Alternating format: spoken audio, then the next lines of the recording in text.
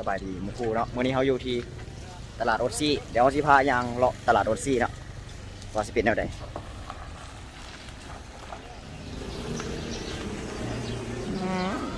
หมกกล้วย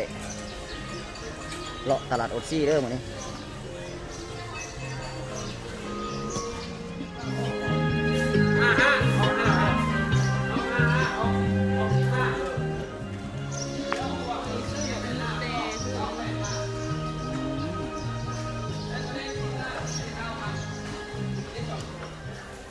น้อย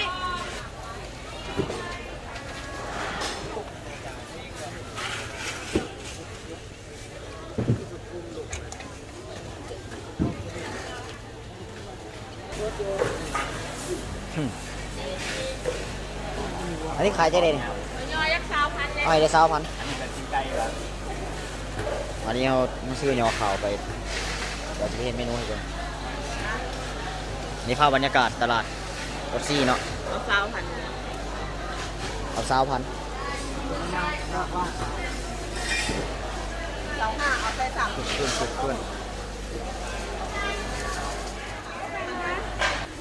นี่หลังจากที่ว่าเขาซื้อแล้วเนาะนี่เขาซื้อ20,000ได้แล้วเดี๋ยวเราจะไปสต็อกซื้อพักตลาดโอซี่โอ้ยสุดยอด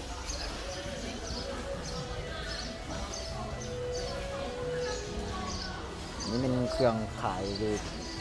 ช่วงประมาณ9 โมงเช้าเนาะจะมีเครื่องคน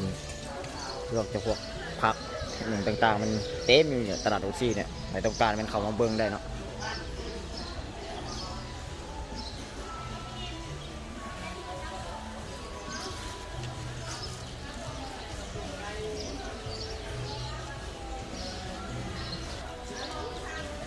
นี่ปบเลยพวกเครื่องขาย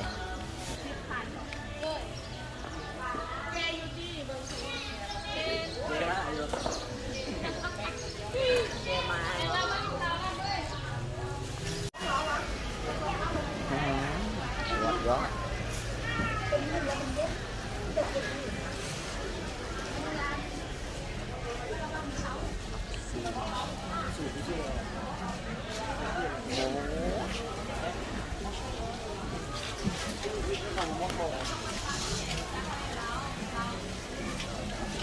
จะเป็นพวกหอมลับ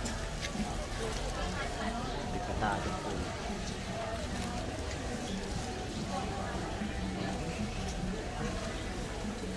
หลังจากที่ว่าเขาไปตลาดได้แล้วเขาได้มาซ้ำนี้แล้วเนาะก็ขอจบคลิปเพียงซ้ำนี้เนาะขอขอบใจ